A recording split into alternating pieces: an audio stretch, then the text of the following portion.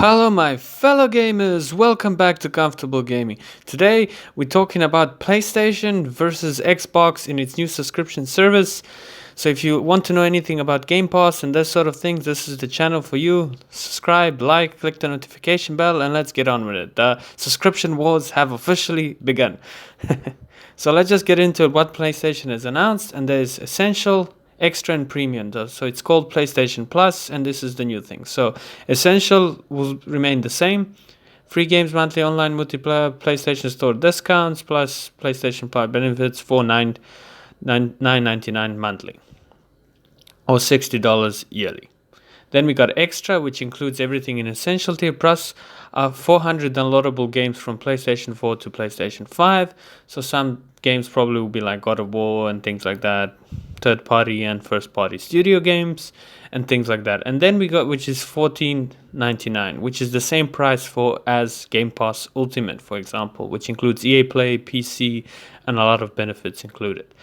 Now we move into PlayStation Premium, which is quite a hefty little bit monthly price of, it's still not too expensive, but it does offer a lot, and which is almost $18, pretty much $18 a month, or $120 yearly, and everything in all the tiers plus the classics of PlayStation 1, PlayStation 3, and PSP, which is really cool, except PlayStation 3, which I kind of find we're still not getting PlayStation 3 games onto the service and stuff. You still have to play them via cloud, which is a little annoying. One little thing that I like about this is playing the classic games. If you're a retro fan, like to play classic games, you grow up playing, it's cool. If you're not, then some of these things are not that important. The streaming also to console and PC, and again, PC is getting benefits to it.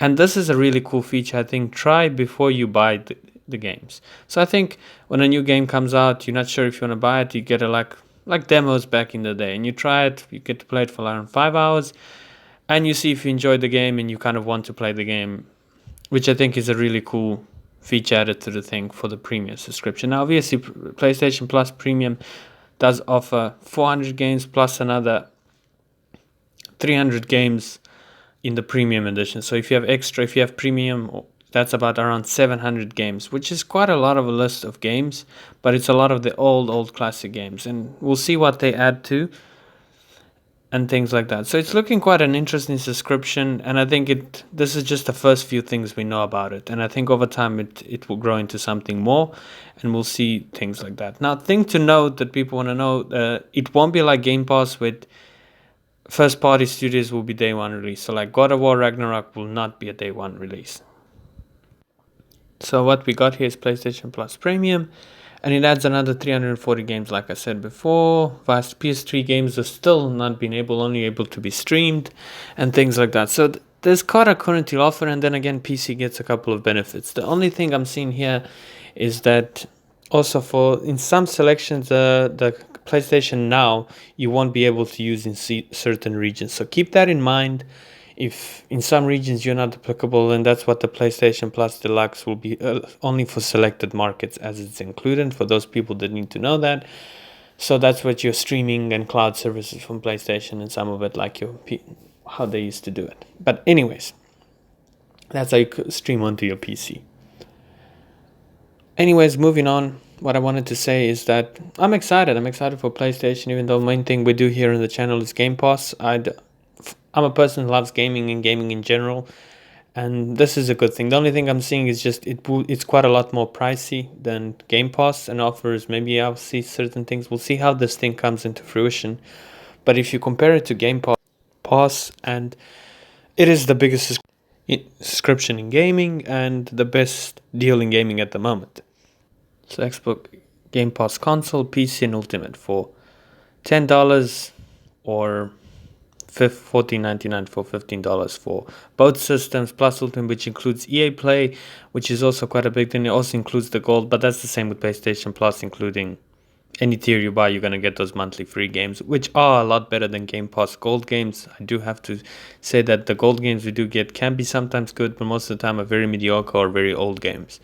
So that's a benefit to PlayStation Plus over the Xbox, but Xbox Game Pass just offers another thing. And anything that Microsoft owns now, especially when the Activision deal goes through, The Bethesda deal, Starfield, which is a hugely anticipated game for the end of the year, will be day one. And I think that's the main thing here. And also being a bit cheaper and still just already being an established service.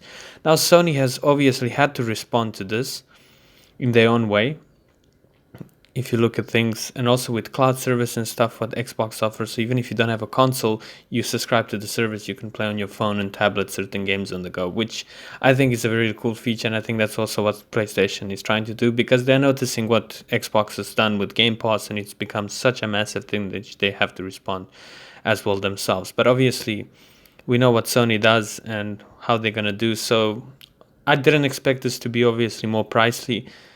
And in all reality, I saw it coming, because I don't think Sony has a lot of money, but they don't have that much deep pockets as Microsoft, for example.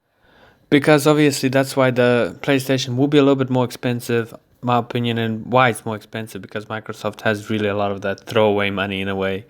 Not that they throw away money, just they really have deep pockets, like pockets that go down to your ankle, maybe past your shoe type of deep pockets. So all in all, what this is kind of just rough sketch of.